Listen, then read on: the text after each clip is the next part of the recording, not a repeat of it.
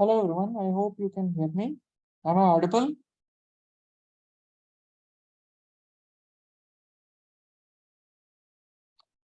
Okay, great.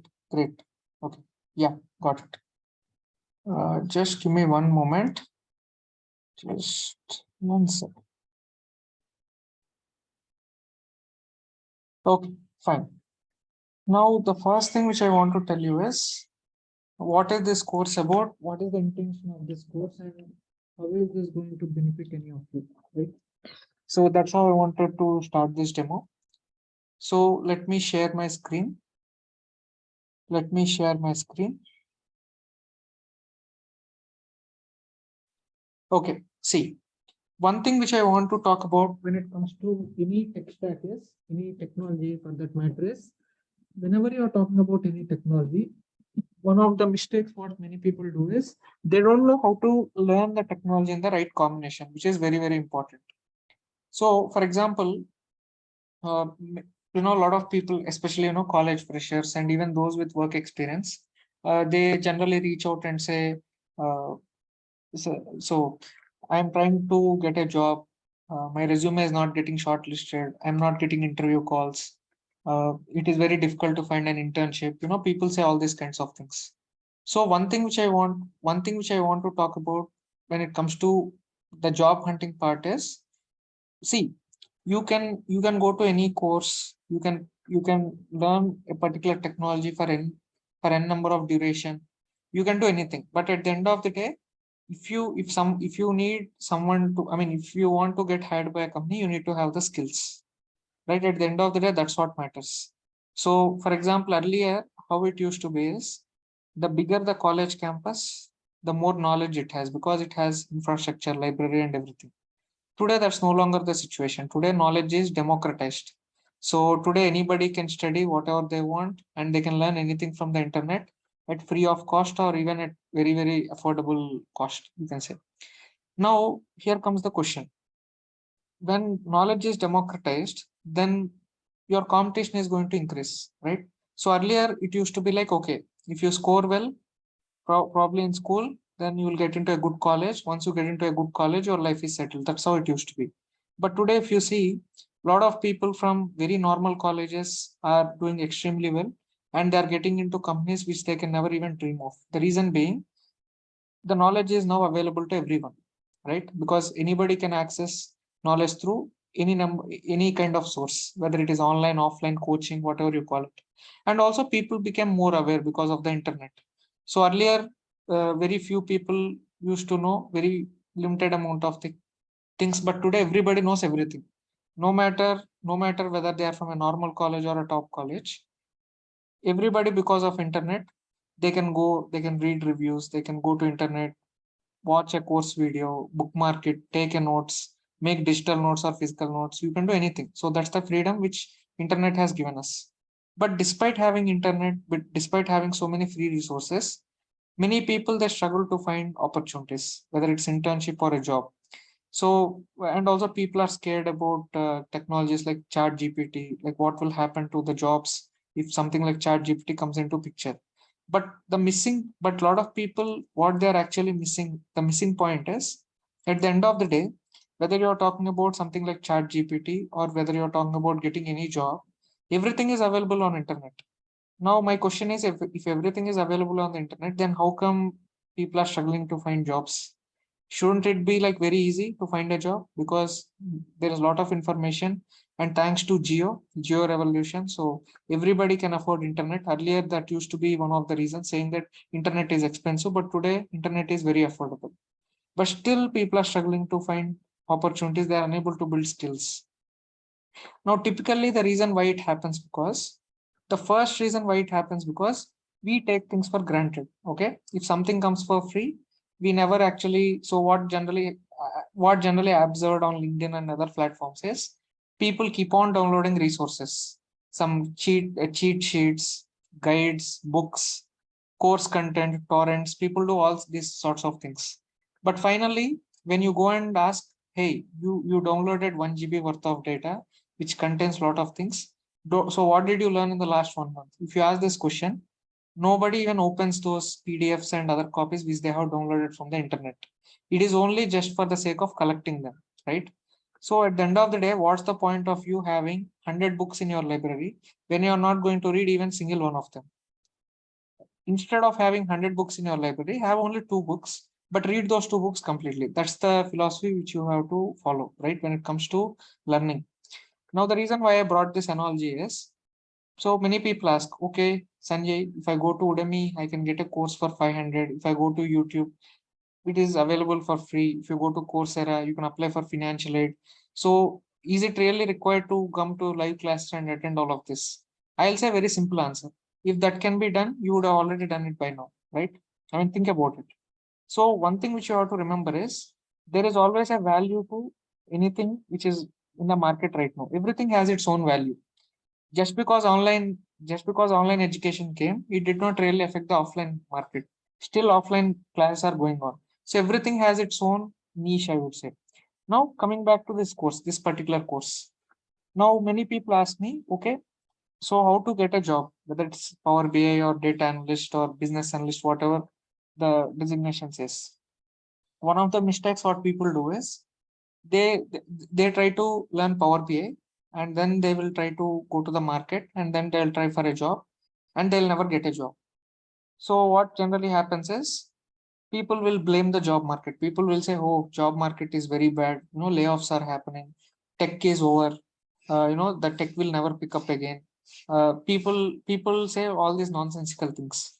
People said the same nonsense in 2008. So in 2008 what happened? uh, there was the world financial crisis, people were losing jobs, and people said software is down, it will never come up. But today if you see, the highest paid jobs are in IT, right, compared to any other field, and more number of jobs are also in IT compared to any other field. So all these speculations and all these things, what typically I observe with people is they're always over analyzing, following negative news, and never upskilling themselves, and then blaming the market. This is what I observe. So the most successful people whom I have seen, like, upskilling, getting a job, getting promotion, getting growth, what these people do is they will choose a particular role, they'll have a target role, they'll identify what skills they have to learn, they'll take a course, they'll complete the course. After completing the course, they'll practice that course for another 1 or 2 months. They'll crack multiple offers, and then they do it everything on their own. Only thing is they learn the skills, then go to the market. If you go to the market with enough skills, that is where you will get a lot of opportunities. But generally what happens is people are always worried about, okay, will I get a job, or will I get a placement, or will I get an internship? One thing which I want to tell you is, if you don't have skills, no matter who is going to teach you, like you can get taught by, let's say, RBI governor about economics, but if you don't practice and if you don't understand the subject, even a person like RBI governor also cannot get you a job, right? That is the reality. So if you see a lot of people, I mean, who are working in the industry, you take people like, senior managers of very big companies like Reliance and all, you see their sons and daughters, for example, they also make sure that their kids get joined in these programs to upskill themselves, and also to make sure that their kids have better future. So at the end of the day, you may be a very big manager or a very big person in corporate, but at the end of the day, if you want to get a job, whether it's your cousin, whether it's your brother, whoever it is, you need to have the skill. Maybe in government things might work in terms of recommendations, nominations, and everything, but when it comes to private sector, what matters are your skills. And also your age and all these things are secondary. If you can convince someone what to bring to the table, yes, you'll get a job. If you don't know what, I mean, if you cannot convince someone that you have the skills, you'll not get a job, as simple as that. But unfortunately what happens is, a lot of people think that, okay, if I learn Power BI, I'll get a job. It's not as simple as that, or as straightforward as that. If that is the case, then everybody will watch a YouTube video, complete 7 or 8 hours of content, then they'll get a job, offer letter in their hands. Can you please like, be little mature, guys? 1 second, let me remove the person.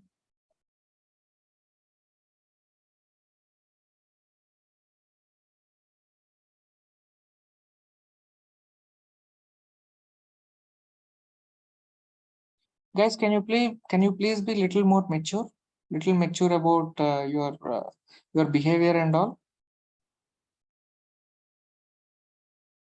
Okay. So what I want, okay, finally what I want to say is now let's talk about the main topic, which is Power BI. So how to get a job in Power BI, like Power BI role, you can say Power BI, or you can say Power Platform, or you talk about data analyst, or you talk about any related role. So there will be multiple titles and designation. You don't have to worry about it. So how to get a job? So always remember there are multiple things which are required. One is skill. Second one is your background. Background means you can say work experience. Third is credentials. Fourth is qualification.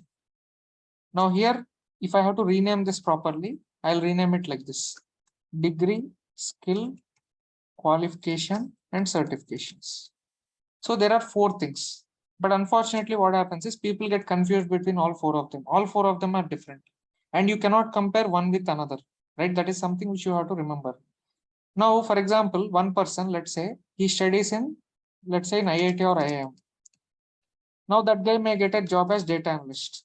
Now let's say you studied in a normal college. Now you cannot expect that someone who studied from IIT IIM, you will get the same package as them. Definitely your degree matters, definitely your background matters, your qualification matters, everything matters. But at the end of the day, everybody has flaws in their profile. For example, a lot of people reach out with career gaps. Some people might have completed their college instead of 3 years, they might have completed their degree for 5 years. Everybody has some kind of problem with their career, right? Either it's a career break, career gap, academics, some kind of issue will be there. But what you have to focus here is you cannot control things which are beyond your which already happened in the past. Now, for example, if you graduated from a normal college, now you cannot go back in time and change your degree, right? You cannot again go back in time and imagine something else will happen. So forget about things which you cannot control. Degree you cannot control, already it is done. Qualification, it will take minimum 3-4 years of time for you to go and pursue any kind of qualification, CA, CFA, whatever you call it. Only thing which is under your controller skills and certificate. This is where you have to focus on. At the end of the day, you should not focus on things which you cannot control, which cannot be changed easily. But these are two areas where you can make drastic changes, no matter what your background is. So, for example, many people ask me, when it comes to Power BI, when it comes to Power BI role, what skills are required? So you require Excel, SQL, and Power BI. All these three skills are required. Now, when it comes to Power Platform roles, when it comes to Power Platform,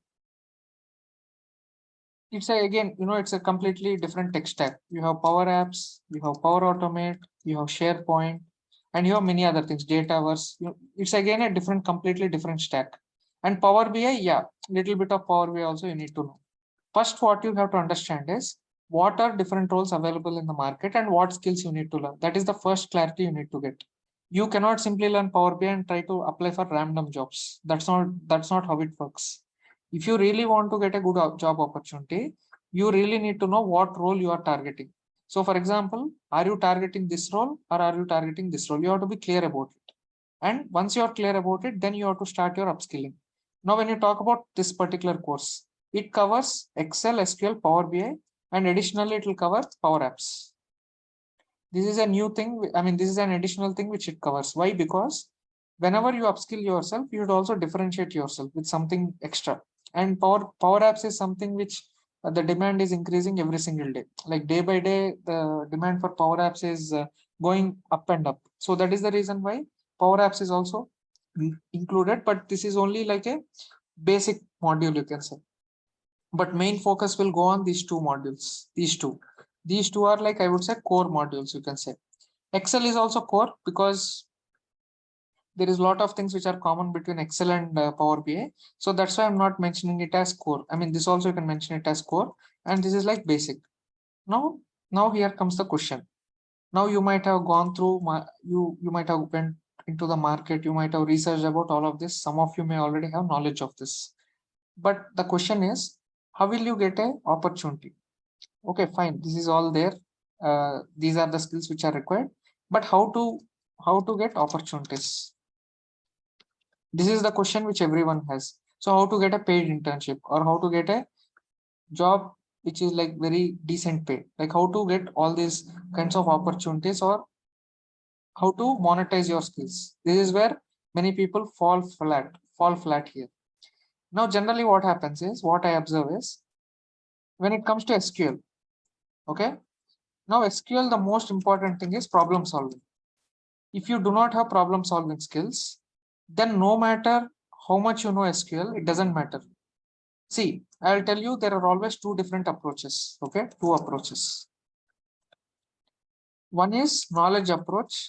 Second is a targeted approach. So, for example, targeted approach means what? Getting marks, clearing interview, getting opportunities. So this is a target. Knowledge means what? You're learning something just for the sake of knowledge, or maybe you can say passion, maybe you can say interest, whatever you call it. There are always two approaches.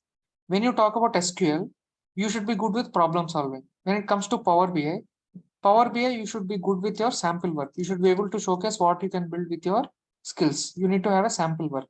When it comes to Excel, you should be good with the basic stuff. Like I would say you should be good with analysis, or I would say more into Excel. Also, I will say more into problem solving. Now, this is the approach you have to follow. When it comes to Power Apps, again, it comes back to sample work. Now, typically what generally people do is, you cannot learn every technology in the same way. For example, if you followed approach A when it comes to Excel, you cannot use the same approach to learn Power BI. You'll fall flat. Every technology has its own approach, and every technology has its own set of skills. You cannot use the approach of Excel with Power BI. You cannot use Power BI's approach with Excel. So your focus should be different. Now, generally what I observe is, a lot of people say they know SQL. And then I'll ask one question. Okay, can you solve this problem? Some real-time question which they generally ask in a lot of interviews or any place. Trust me, people write SQL as their skill, but 90% of them cannot do problem solving. If you give a question and ask them to solve live on a Zoom call, many people cannot do it. 90% of the people fail. Now, even if they fail, it's okay. But sometimes, even if you tell the logic, it is okay. Even logical understanding also, many people fail to do it. The reason is, they have very poor problem solving ability. That is where a lot of people fail to get a job. Now, when it comes to Power BI, many people say, Sanjay, I know Power BI, but still I'm not getting a call. The next question I ask them is, okay, fine. You are saying that you know Power BI and you're not getting a job. Can you please give me some sample work? Can you forward me some of the work which you have done in Power BI with dummy data, public data? Can you give me some sample work? The minute I ask this question, people disappear. Because at the end of the day, you may have 100 certificates. I don't care. You may come from IIT or IIM. It is not the matter of your qualification. It is matter of your skills. See, you may have very good achievements in life, and everybody respects that. Even I have achievements, you have achievements. All of us have come from very good backgrounds. But at the end of the day, anybody wants to judge you with your work. So, for example, when you say you know Power BI, can you showcase that you know Power BI with your sample work? If you cannot show your sample work, then no matter what you say, then no matter what certificate you show, industry really doesn't value it much. Okay. And that is one of the reasons why people, they fail to get opportunities in the market. Similarly, so just to give you a recap, let's say if you're talking about SQL, if someone gives you a problem to solve on SQL, you should be able to solve it. Just give me one.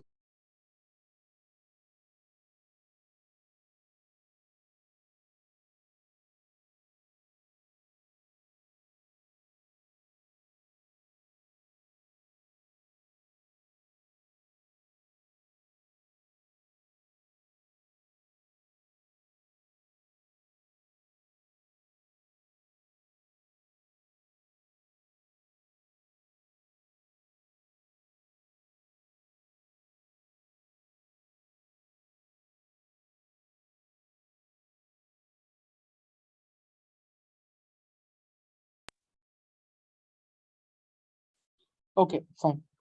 So when it comes to SQL, see, how will you know that you know SQL and Power BI very well? I mean, how do you know that you are ready to get into a market? For example, if I give you an SQL question, And if I ask you to join on a Zoom call, and if I ask you a question, and if I ask you to solve it in real time by sharing your screen, if you are able to solve it, then only you'll be considered as a person who can pass any interview. If you cannot solve a live SQL query, then you will get rejected either in the first round or second round in majority of the companies. Now, when it comes to Power BI, you should be able to showcase your sample work and also explain how you have built that particular sample work. Now, if you cannot explain your sample work, if you cannot showcase your sample work, if you cannot showcase your sample work, then what will happen is people will think that you are only a person who has certificates. That's it.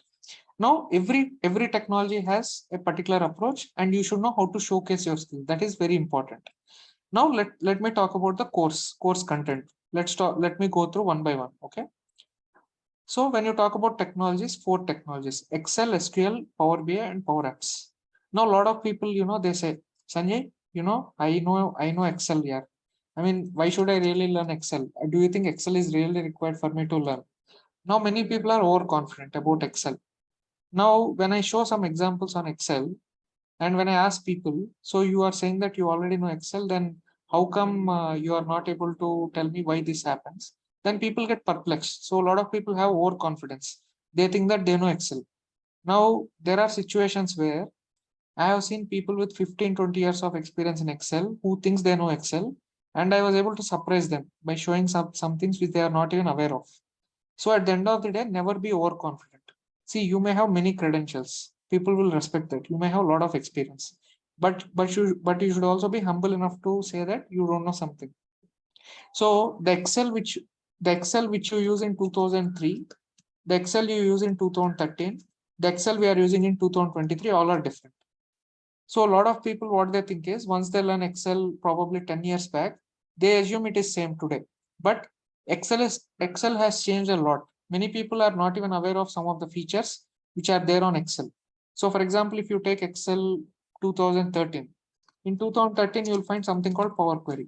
If you go to 2023 version of Excel, you have something called Lambda function. And also they are introducing this new one. Yesterday only they announced, right? The Copilot. The Copilot one is coming into Excel.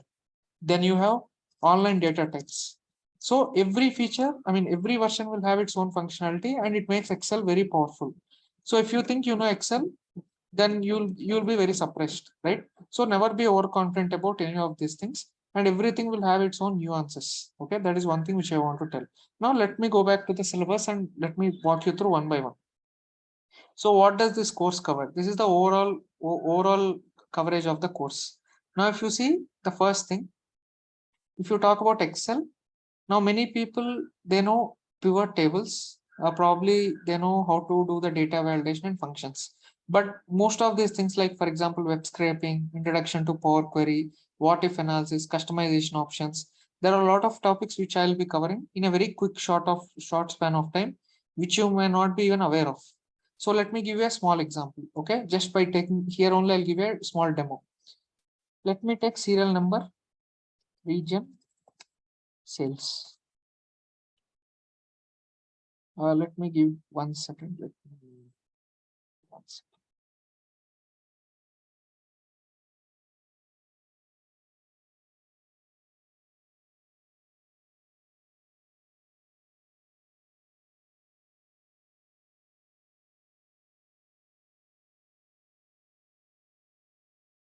Okay, let me reshare my screen. Yeah. So we have serial number, region, and sales. North, south, east, west, northeast. Now, generally, when I ask people, I want to get the sum of this. I want to get the sum of total sales of all regions. So I ask people, so how do you get the sum? So they'll write sum, and then they'll write like this. And then they'll say they found out the sum of this. Now, I'll tell you one of the reasons why it becomes very difficult to learn Power BI, because most of our thinking is in terms of this. This is how we think. Most of us know Excel. Most of us come from Excel background. And this is how most of us think, like especially people from non-coding and non-IT background. So for example, people will think in terms of cells. So for example, this cell is called F25. This cell is called C30. This cell is called A23. That is how we give the references. So typically people think in this way. But let me do one thing. Let me convert this into a table. So I went to insert and I'm converting this into a table.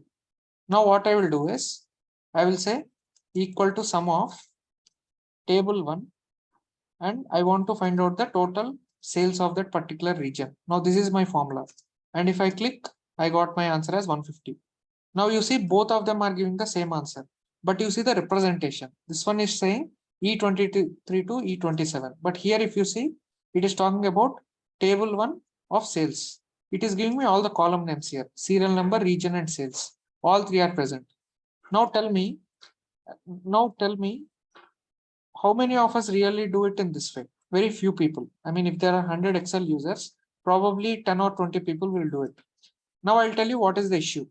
If you have been using Excel in this way, then coming into Power BI can be very challenging. I mean, it can be little difficult, because this is how your thought process is.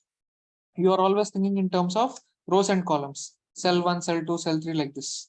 But when you know how to think like this, here what you're doing, you are giving a table name and then you are giving a column name. So your representation is different.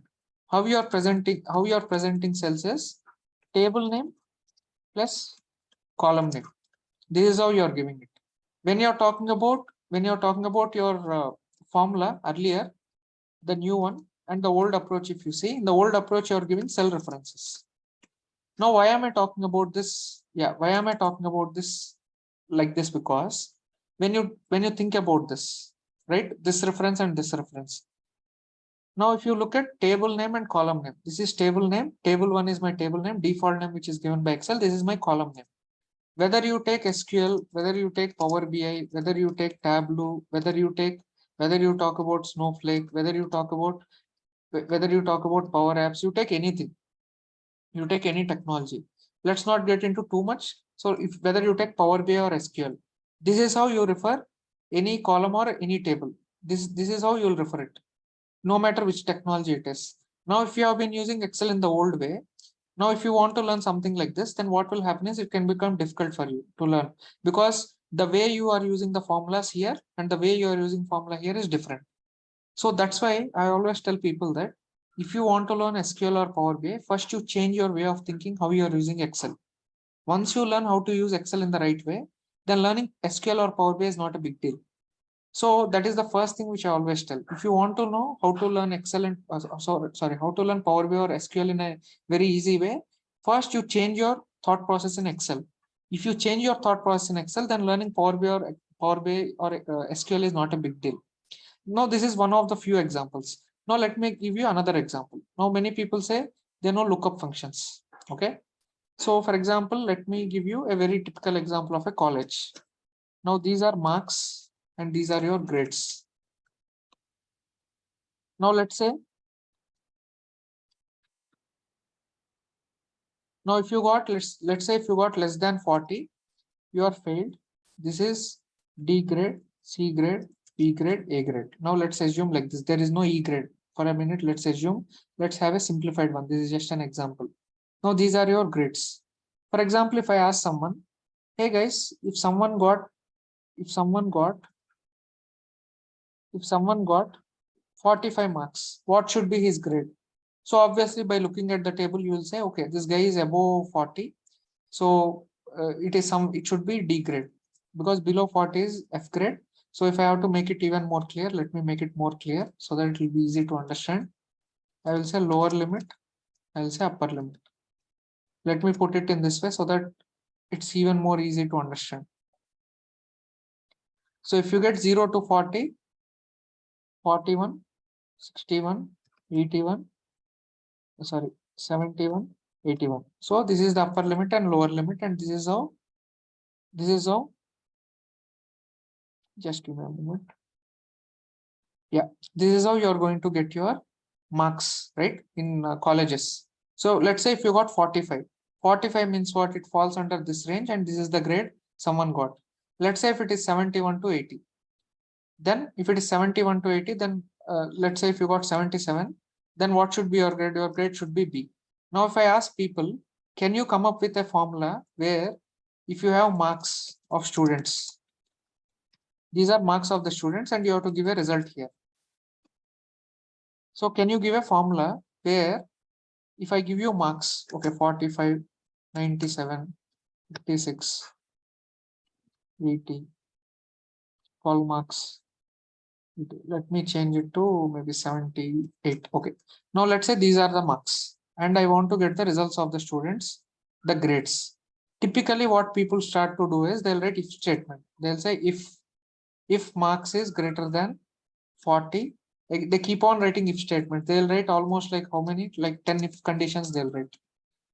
Now, many people don't know that you can use VLOOKUP for this. VLOOKUP, I'll go with this one. I'll take this as a reference and then I will go with second column and then I'll go with approximate match. There are two modes, approximate and exact match. I'll go with approximate match and then I'll copy paste it. Now you see this is not coming correctly. The reason is whenever you're taking approximate match, you have to go with the lower limit, not the upper limit. So what I will do is what I'll do is instead of VLOOKUP, I'll use XLOOKUP. So in XLOOKUP, I'll go to lookup and then I will select this one. I'll select this one and this is my return array. So I have to freeze them. Sorry, I did not freeze them. So I'll go to XLOOKUP, I'll freeze them. Then I will go with the matching mode as lower and then I'll click OK. Now you see I'll get the correct result. So 45 is D grade, 78 is B grade, 56 is D again, 87 is A grade. So this is A grade, 12 is F grade, 76 is B grade. Now think about your logical thinking. With a lookup function, you can solve it. With VLOOKUP also you can do it, not an issue. But you have to go with the lower limit. Instead of writing 10 if conditions, you can solve it with one condition. Now the reason many people don't come up with a lookup function for this solution because we are always taught in Excel that if something has to match, it has to match exactly. It cannot be in a range. Right now, this is not an exact match. Now, if you say 45, 45 is nowhere appearing here. 45 is somewhere between this. But still I came up with a formula where just by giving the range, I was able to find out the result. Now, these are just two examples I want to give just to tell you that even with 10 years of experience, still you can learn a lot of new things in Excel. Now, this is just a sample. I can show even more examples, but just I'm showing you very, very basic examples which people use in everyday life. Now, if you still keep using 10 if conditions, then you will never be able to learn DAX and Power BI because DAX requires very good logical thinking. So if you simply go with this kind of method, like keeping on writing the regular formulas which you learned in Excel, then learning DAX can become challenging. And that is why what happens typically is what I observed in general with a lot of people is those who are good with Excel, they are always good with Power BI, no matter what. Till now, in my 3-4 years of exposure towards Power BI, I never met a single person who is good with Excel and bad in Power BI. I always found people who are good in Power BI, who are bad in Power BI, good in Excel. But I have never met anybody who is like bad in Power BI and then in Excel they are like they are like very good. In other words, whomever I met till now, I mean, whether someone has 10 years of experience or whether they are a fresher or 50 years of experience, it doesn't matter whether that person is about to retire also, because there are some people who learn out of passion. Whoever are good with Excel, naturally they become very good with Power BI. This is what I generally observed in the pattern. Even if I take my own case, I started first by learning Excel, then jumping into Power BI. But whenever I see someone who is bad with Power BI, immediately I'll come to know that they are not good with Excel. The reason being, the logical thinking has to come from Excel. If you have good logical thinking in Excel, then carrying forward that logical thinking from Excel to Power BI is very easy. So these are just two examples of what you can do with Excel. Now let me talk about SQL. Now many people have very technical thought about SQL. Many people think that SQL is something very technical. Just one second. See, the reason why VLOOKUP will not work properly because VLOOKUP is always a function where it works with approximate match, exact match. And you have to go with a lower limit. See, in XLOOKUP, you have two modes, next smaller item or next larger item. So you have smaller and larger, two options are there. But when you talk about VLOOKUP,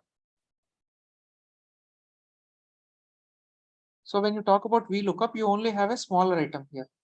So if you see, it says must be sorted in ascending order. This is an approximate in smaller order. XLOOKUP will offer both directions. So your data structure should be proper. Then only your VLOOKUP will work. Now let's say if your lower limit is here, then your VLOOKUP will work.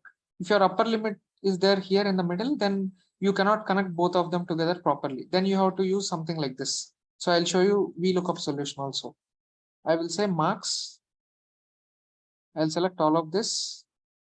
Then I'll say column index is 3. Then I'll say approximate match and I'll copy it. It will come, not an issue, but again, you have to select the entire table and do it. And it has a limitation of only referring to this column, but not this. But XLOOKUP can either refer to this or this. So I'll not get into technical details, but yeah, in short, you can do either with X or VLOOKUP, not an issue. Okay, now let me come back to SQL. Yeah, now let me come back to SQL part.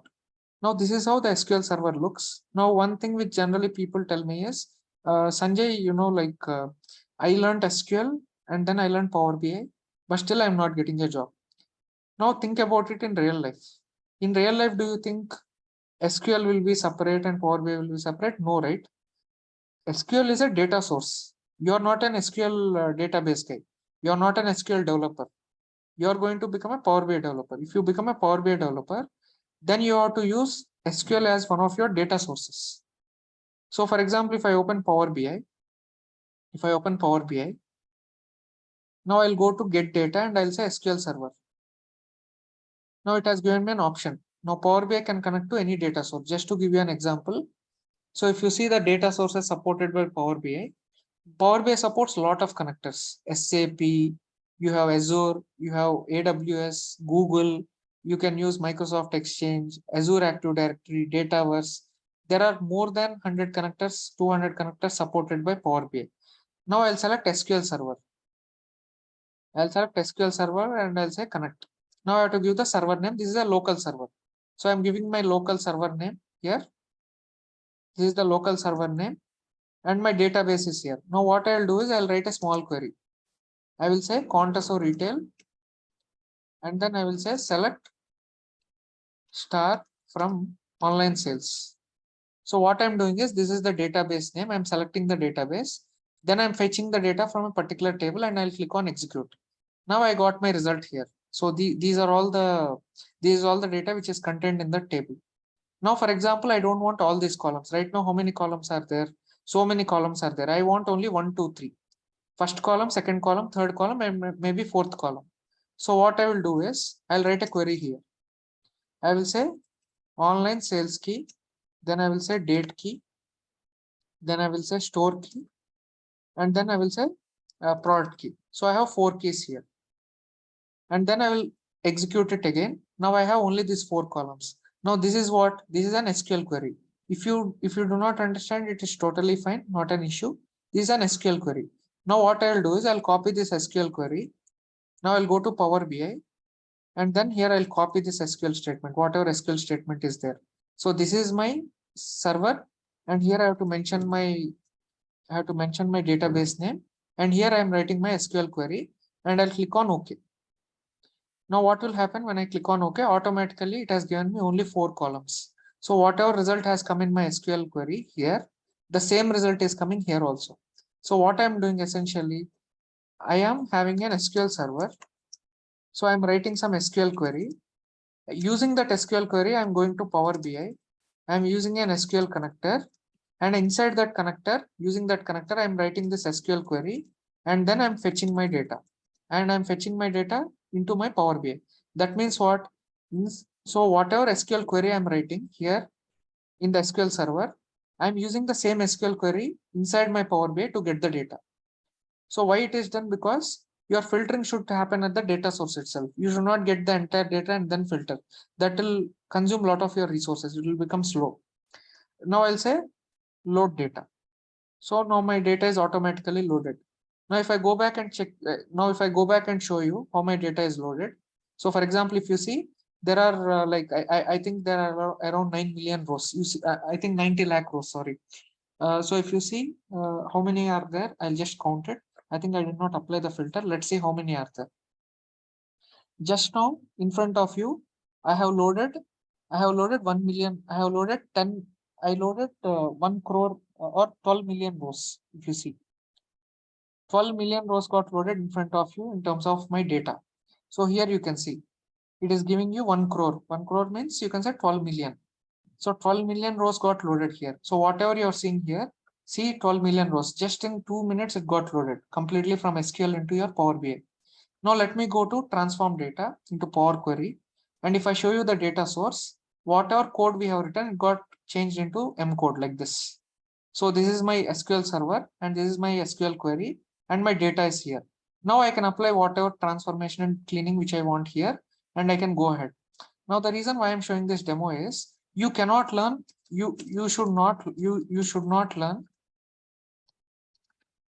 Power BI and SQL separately. If you learn separately, then what will happen is it is like learning SQL separately, learning Power BI separately, and then you don't know how to connect both of them.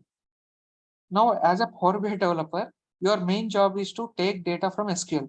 Now, if you learn Power BI and SQL separately, and if you don't know how to integrate them properly, now tell me how will you face the interview and how will you answer? If someone asks you, how will you fetch the data from SQL? Then you will never be able to answer this. So always remember, whenever you are learning technology, you should always learn them together. You should not learn them in silos.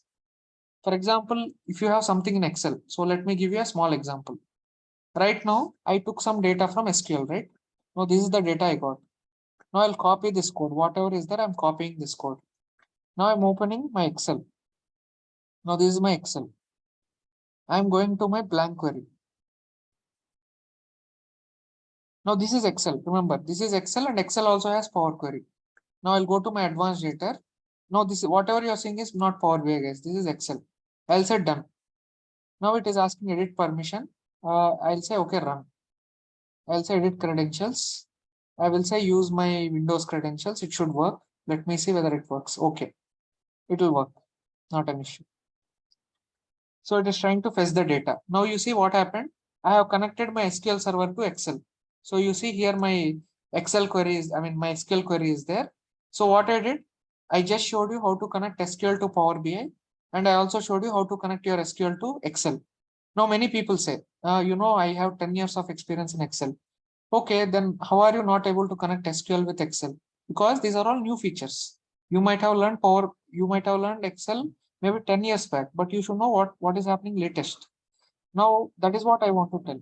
Never be, I mean, never should, I mean, never talk about your credentials or experience because today the amount of knowledge which is coming, the amount of updates which are getting pushed, they keep on releasing new things. So be humble.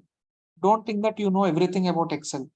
So if you just spend 1 hour with me, by the time you spend 1 hour with me, after that 1 hour is over, you will go with a mindset that I don't know anything about Excel. That much I can show you on Excel. But my point is not that. My point is to tell you that how you have to learn things, everything in sync with each other. How you should not learn in silo. That is my point. My point is not to boast about myself or talk about how complicated things can become. That is not, that is not the intention.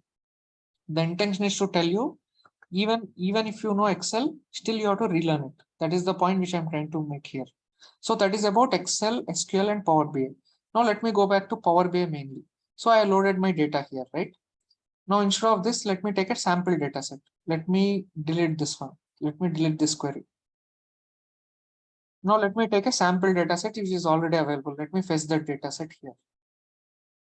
So I'm selecting this and I'm loading the data.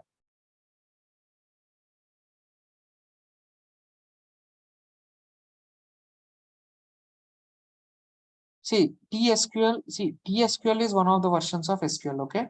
So there are different versions of SQL. You have NoSQL, PostgreSQL, Oracle SQL, MySQL, T-SQL, MS SQL. So MS SQL and T-SQL are kind of same. So in this course, I'll be talking about MS SQL, TSQL or MS SQL, whichever name you call it, they're almost the same, you can say. It's just a technical, you can say technical difference, but what I'll be covering is TSQL. TSQL it is. Just let me type it. It is TSQL, right? Transact SQL. This is called. This is from TSQL is from Microsoft. So if you see, all four technologies belong to Microsoft in this course. So that is something which you have to make a note. All four are Microsoft. Now, when it comes to SQL,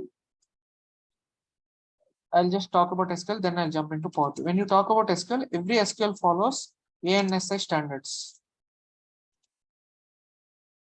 So what is an ANSI standard is, just like how you have a Wi-Fi standard or Bluetooth standard or ISO, you also have something called ANSI standards. Now, whenever you talk about SQL, whether it is PostgreSQL, whether you talk about MySQL, whether you talk about TSQL, whether you talk about any other flavor of SQL, there are many flavors. You have Oracle SQL. So no matter what you talk, everything should follow ANSI standard. So what does it mean is, imagine you have American English and British English. Both are same, both are English only, but there will be minor differences. So if you know British English, then learning American English is not a big deal. Similarly, you have Australian English. Similarly, we have Indian English also. So for example, we say, please do the needful, prepone. There are some words which nobody uses across the world. So for example, prepone is a word which we use exclusively in India. Generally in other countries, they don't use it. So you have different flavors of English. Just like you have different flavors of English, you have different flavors of SQL. So if you know one version of SQL, then learning another version of SQL is not a big deal because all SQLs have 90% things common.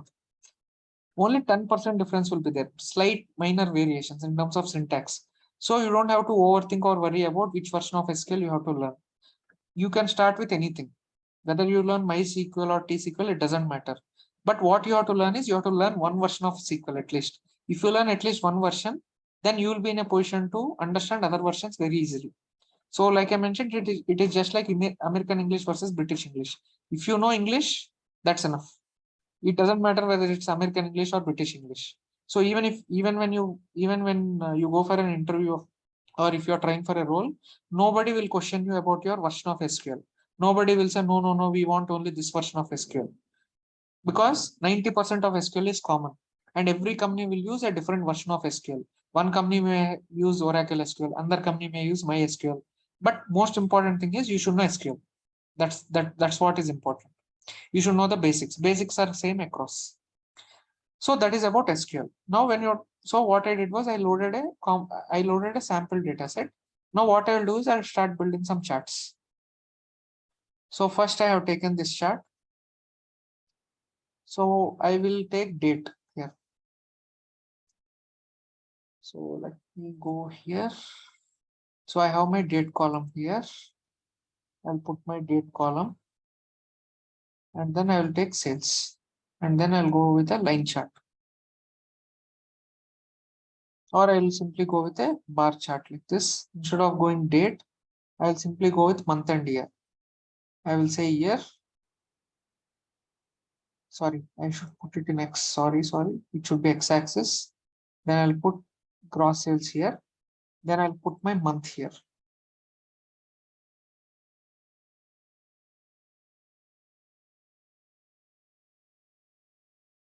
So here you can see the data has to be correctly sorted. I'll just sort the data.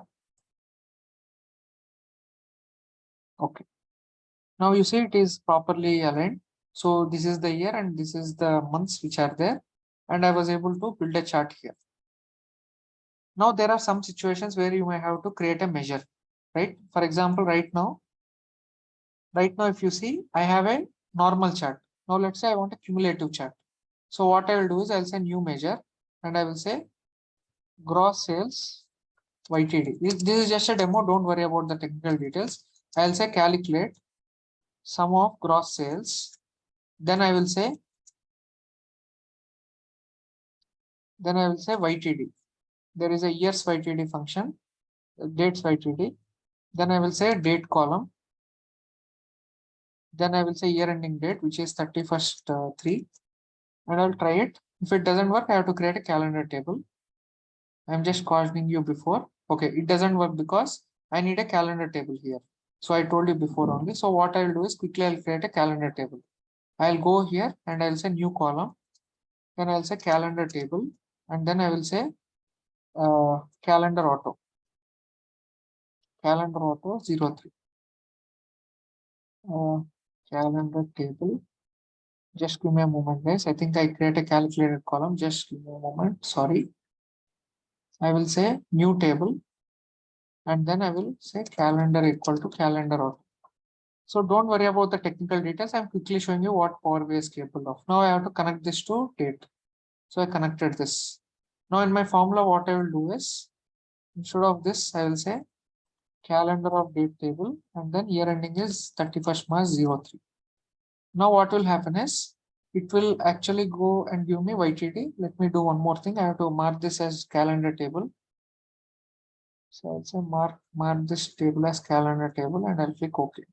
This has to be done. So if you don't do this, it can become kind of difficult. Okay. So just give me one moment. Yeah, someone has given in chat. See, YTD means year to date. Year to date it is. It is year to date. Okay, fine. Let me show it to you. Let me show it to you again. Okay. Let me go and say discrete right now. Just give me a moment, guys. Let me remove this one and let me put the calendar table so that it will be easy. Now if you see, this is the cumulative value. So YTD means what? YTD, what is normal versus YTD? If you have April, May, June, like this, if you have. So for example, YTD means what? Here you will have April sales. Here you will have April plus May. Here you will have April plus May plus June. Here you will have April plus May plus June plus July. It keeps on increasing. So it will contain up to date. So from year starting till that particular month. Now, why is this important? I'll give you a small example. Let's say you have sales target for a company. So let's say the sales target is 1200. Now 1200 means what? If you divide it by 12, so each month you will have a target. So if you divide it by 12, each month you will have a target of 100. So for example, if I say month target total target. So I will say April, May, I'll keep on increasing this. So I'll keep on increasing till March. Why? Because in India, we follow April to March system. So I'll put target here. Everywhere the target is 100. Now total target is this. Total target should be what? This plus this. So this plus this. So that means what? By the time someone comes to September, by the time September comes, someone has to reach a target of 6,000. Sorry, 600. Why? Because this is a carry forward target. So every month, if you meet 100, then you will reach 600. So what you do with YTD is exactly the same. This is nothing but target YTD in technical terms. So this is monthly target. This is YTD target. That means what? By the time you reach September, this is the target you have to meet. So this is 50% of the target. By the time you reach December, you have to meet 900. You have to meet 900. So this is how much? 75%.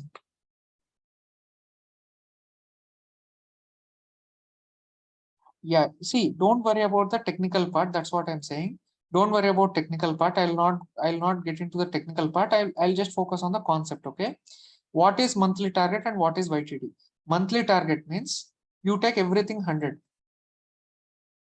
You take everything 100. Target YTD means what? You are taking the target up to that particular month. So for example, if I say September, you have to meet target up to 600. If you are talking about December, you are talking about target up to 900. That is what the target is, YTD. Similarly, when you talk about sales also, you can change it as sales, for example. Let's say you are talking about actuals. Monthly actual YTD. The same concept. What you are doing is you are just making cumulative totals. Cumulative means what? Sorry. Cumulative means what? Cumulative means you keep on adding each and every month. Like this, you'll keep on adding up to that particular month, up to that particular date. So for example, if someone asks me, Sanjay, can you please tell me how much products, how much sales we generated from year starting till February? Let's say your manager asks, let's say my manager or someone asked me a question like this. Sanjay, can you please tell me how many sales we have generated from the year starting till February, till last month. Then if I just go with this, then I'll never be able to figure out what are my total sales. So let's say my actuals are like this.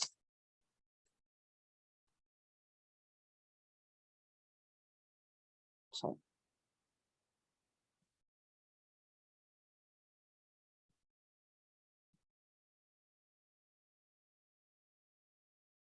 okay, now let's say these are your actuals, for example. These are your actuals. Just let's say these are your monthly actuals. Your YTD will become this. This is your YTD. So let's say if someone asks, Sanya, can you tell me how much sales we generated till February? Now, typically you cannot go and add everything and say this is your total sales. Instead of going and adding everything and saying it is 650, directly we have a value of 650 here, YTD value. So what YTD does is it keeps on adding until the year ending, and again it will reset. So as soon as April came, it has reset again. It will keep on going like a steps. It will keep on going up and fall down. Again go up, fall down. That's how it works. That's the logic. So this is YTD. You have QTD, MTD. You have a lot of time intelligence functions. Yeah, you will have a lot of time intelligence functions. The point which I'm trying to tell you here is, you see, if you want to learn Power BI or SQL or Excel, you need to have three things. You need to have two things. One is technical skills. Technical skills means what? Either it is problem solving or showcasing a sample work. Second thing is you should have the understanding of the context. For example, these are numbers. Okay, I have a formula. I'll build a cap. No, it should not be like that. You should at least understand what is the context you're dealing with. So for example, I have neatly explained what is YTD difference between actual, I mean what is difference between normal and YTD. What is difference between actual monthly and actual YTD. Now why did I explain this? Because until you know this logic, you will not be able to understand what I did here, right? So I applied some formula here. The formula is fine. It is very easy to learn formula. You can just go to Google and okay, how to do YTD. If you say formula will come, but at least you should know what is the sense behind this. What is the sense behind using a formula like that? So you should know the context. That context is important. If you don't know the context, what will happen is you will learn things in silo, and then finally, when someone asks you a real life scenario, they'll ask, okay, if I want to know what is my actual versus target, and if they ask you, okay, can you tell what DAX measure will you use? You will not be able to answer that question. The reason why you will not be able to answer the question because you only learn the technical concepts by missing out the context. You do not learn the context. And that is the reason why you are not able to answer such questions. So here you have to talk about your scenario also. In which scenario you have to use what? That is very important skill to have. Just because you know a tool doesn't mean that for every scenario you'll keep on applying that tool. In one scenario, you have to use SQL. In one scenario, you have to use Power BI. In one scenario, you have to use Excel. You should know when to use what. If you do not know when to use what, then what will happen? It will lead to a disaster because you are trying to use a wrong tool, right? See, when it comes to Tableau or Power BI, that's up to you. That's up to your wish. But these days, Power BI is very high in demand, and Microsoft is doing extremely well. So a lot of companies are switching to Power BI. Definitely, learning Power BI will have a very bright future, if you ask me. Okay, so this is about Power BI, SQL, and Excel. Now let me talk about Power Apps.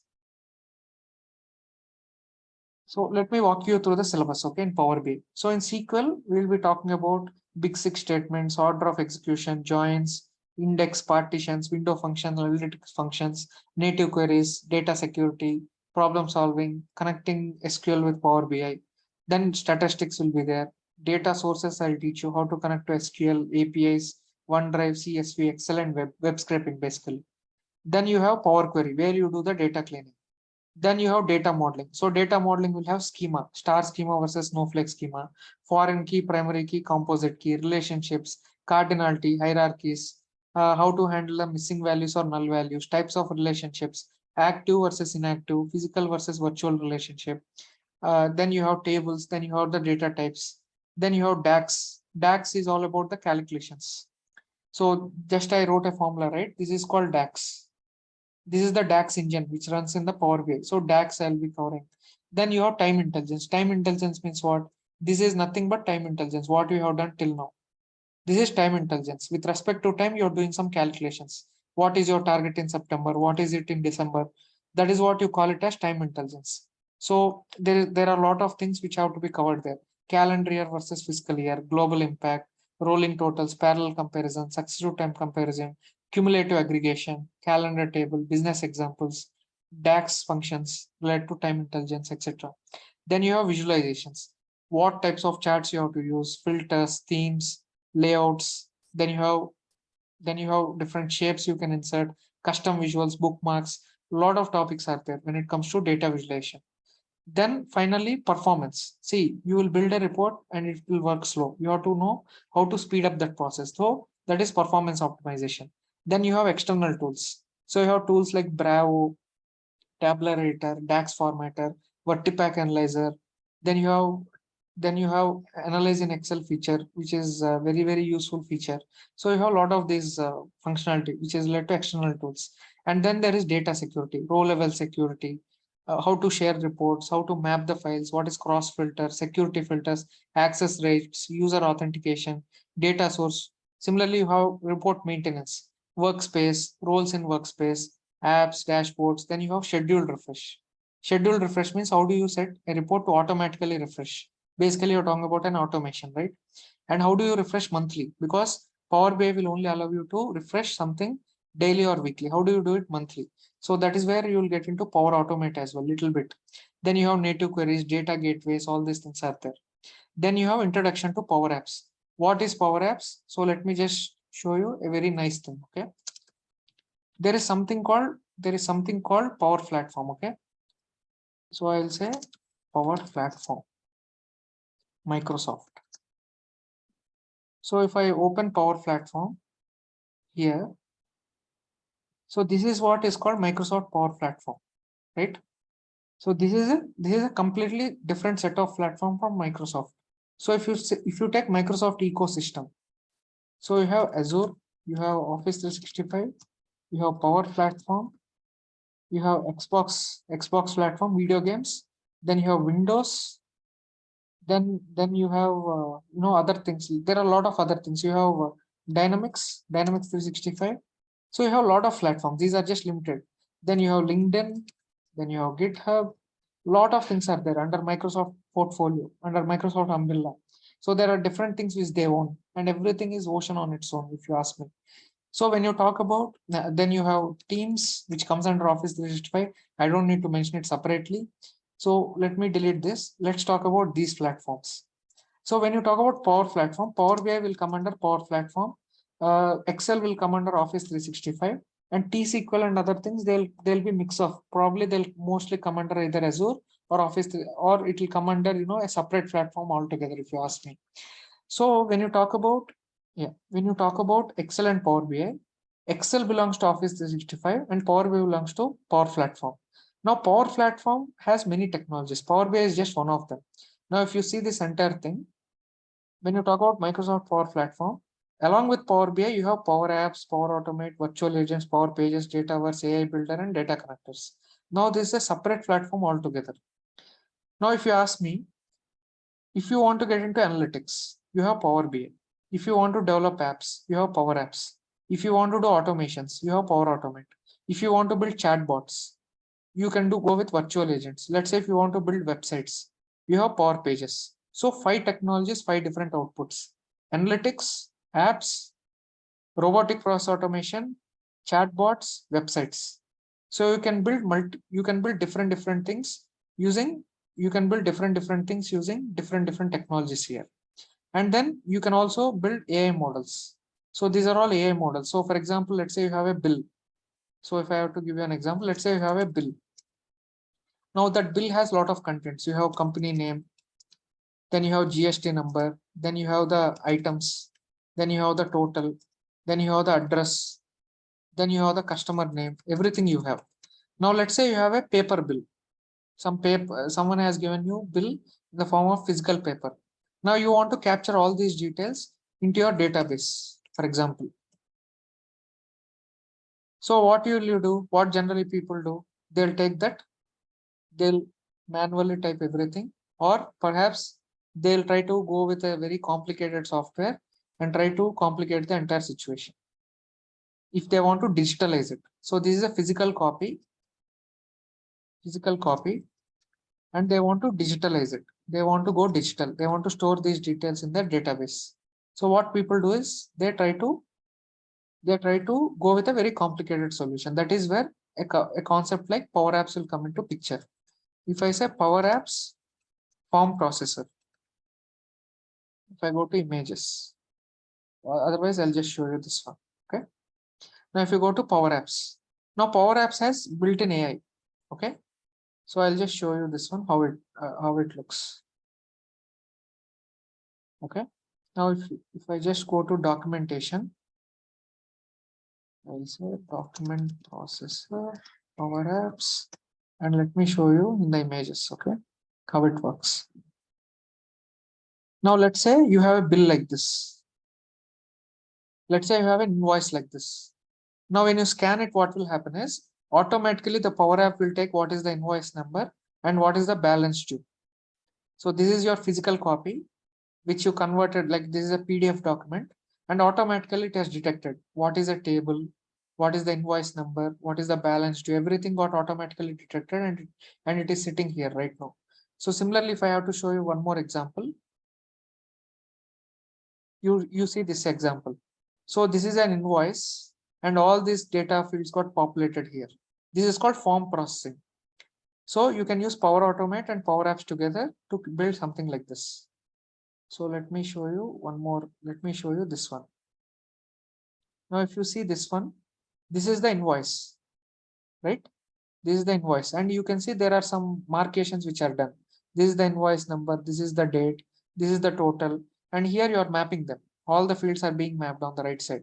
Invoice number is first, second is the due date, third is the total amount, fourth is the customer ID. So customer ID will come probably from somewhere, I guess. I'll just see.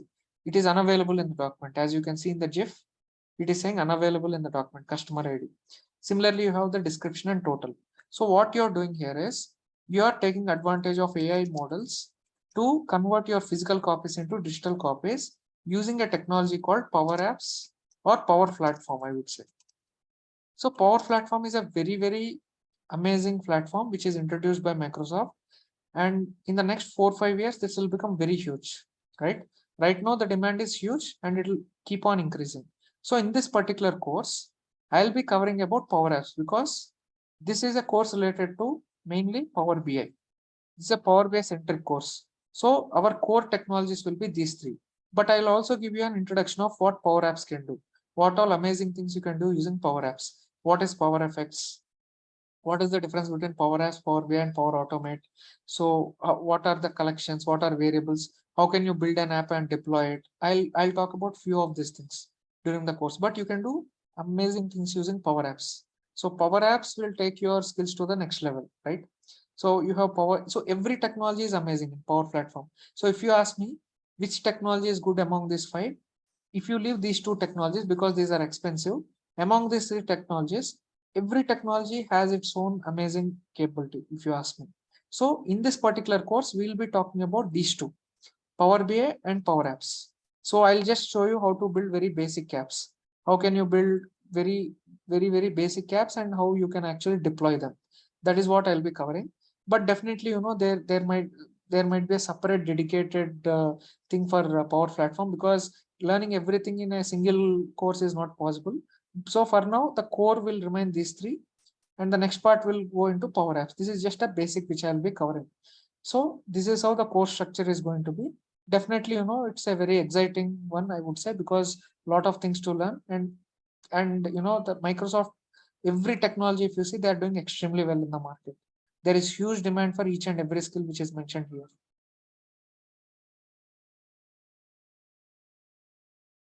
See, when it comes to projects, what I always do is I'll make you do I'll make you do 1 or 2 projects in the class, and then I'll also give you some data sets and data dumps where you have to do projects on your own and come up with it. Because if you keep, you see, typically what happens is there is always this spoon feeding mechanism. Everything has to be done in spoon feeding way. If you go in that way, what will happen is you'll never be able to work independently. because Power BI is very huge. It's very, very huge. People think Power BI is easy, but it's, when I say huge, it's not like impossible, but it'll take a lot of time to go through concepts and all. I'll show one or two or three products, but rest of them I'll give you guidance on them, how to do them. And whenever you're stuck, you can always, you can always come and say, I'm stuck here, and definitely technical guidance will be there. The reason for doing that, because at the end of the day, by completing the course, you should not be like a spoon feeding guy. Again, you should not depend on someone. You should be in a position where if someone gives you some data, you should be able to deliver a report. That's how you should develop your skills. That will only come with practice. No matter which course you take, until and unless you go to the course, learn the fundamentals, and then practice, it is not going to help you much, right? Yeah, definitely. Why not? These are public data sets. You can mention anything on the resume, whatever is there, and definitely that will be appreciated. Okay, guys. So this is about the demo of Power Platform. I would say Power BI, Power Apps, SQL, and Excel. So any questions you have, you can reach out to data minds related to this. So that's about my demo session. So again, like it all depends on how you want to how you want to go forward and all. So you can just do your own research and reach out to data minds for any queries which you have. Yes, we can write native queries. We can do even CTs also, not an issue. It has some limitations, but yeah, you can do it. Okay, guys. Thank you. Please reach out to data minds. Okay.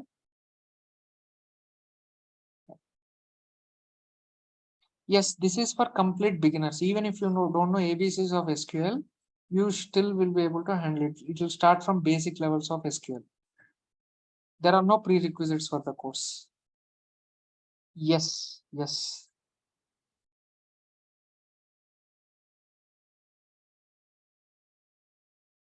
Okay, guys. Thank you.